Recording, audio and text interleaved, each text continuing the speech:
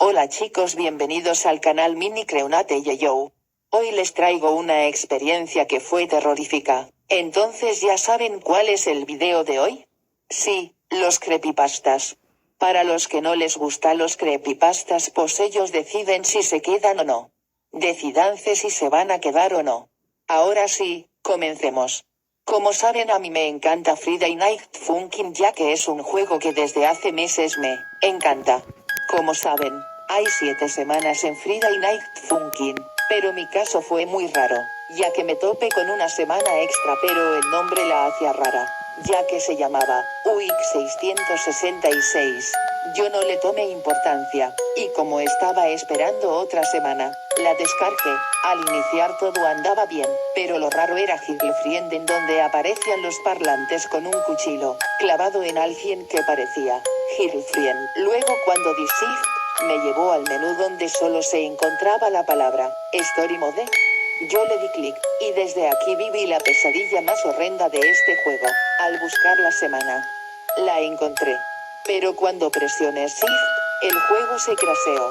Yo pensé que se había cerrado, pero no. Al moverme por unos pasillos sentí que me rompía los huesos. Después de poderme levantar me di cuenta que había un espectro, con una visera, en la pantalla de mi computadora. Yo di un paso, y ese espectro cantó hacia la derecha. Lo increíble es que me había movido a esa dirección. Luego habían tocado mi puerta, pero lo rato es que eran las 5 a.m. Yo me comencé a asustar. Cuando abrí la puerta, no había nada más que un limón con un ojo justo en mi puerta. Yo, horrorizado, intenté tirarlo, pero algo me hacía que no pudiera. Yo me fui a mi cuarto, pero al cerrar la puerta, alguien estaba dando pasos en el pasillo. Tocó la puerta de mi cama. Yo, paniqueado, la abrí, y el limón con un ojo estaba ahí. De repente, escuché gritos en la habitación de mi hermanito, moradito.